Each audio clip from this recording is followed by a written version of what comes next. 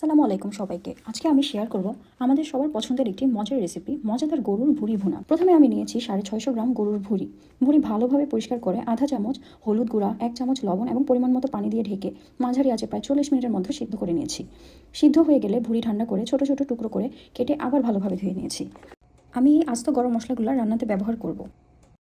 এখানে আছে 1.5 টেবিল চামচ করে আদা বাটা এবং রসুন বাটা। এখন রান্নার পালা। একটি কড়াইতে 1/4 কাপ তেল দিয়ে তেলটা গরম করে নিয়েছি এবং দিয়ে দিয়েছি আস্ত গরম মশলা। তারপর দিয়েছি 1.5 কাপ কাটা পেঁয়াজ। পেঁয়াজ একটু ভাজা ভাজা হয়ে এলে দিয়ে দিয়েছি আদা বাটা এবং রসুন বাটা। এরপর দিয়ে দিচ্ছি গুঁড়া গরম মশলা।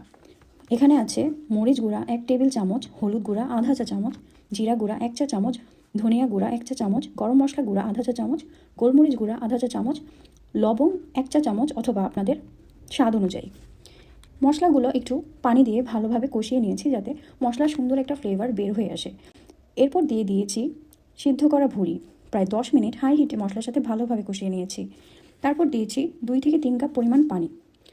চুলার আঁচ মাঝারি করে দিয়ে ঢেকে দিয়েছি যাতে ভুঁড়ি ভালোভাবে নরম হয়ে যায় এবং মশলার স্বাদ ভিতরে ঢুকে যায়। ভালোভাবে সিদ্ধ হয়ে গেলে পানি শুকিয়ে নিয়েছি। এখন শেষ ধাপ।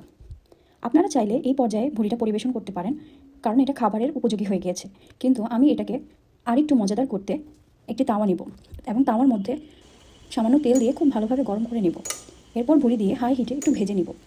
ভাজার সময় দিয়েছি আধা চা চামচ জিরা গুঁড়া, আধা চা চামচ গরম মশলা গুঁড়া এবং সামান্য টেস্টিং সল্ট। আপনারা চাইলে টেস্টিং সল্টটা স্কিপ করতে পারেন। সব কিছু ভালোভাবে মিশিয়ে একটু ভেজে নিলেই তৈরি হয়ে যাবে মজাদার ঝাল ঝাল গরুর ভুঁড়ি ভুনা। গরম ভাত, পোলাও বা রুটির সাথে এই ভুঁড়ি ভুনা খেতে অসাধারণ লাগে। ভিডিওটি ভালো লাগলে লাইক, কমেন্ট এবং সাবস্ক্রাইব করতে ভুলবেন না। আবার দেখা হবে নতুন কোনো রান্নার রেসিপি নিয়ে।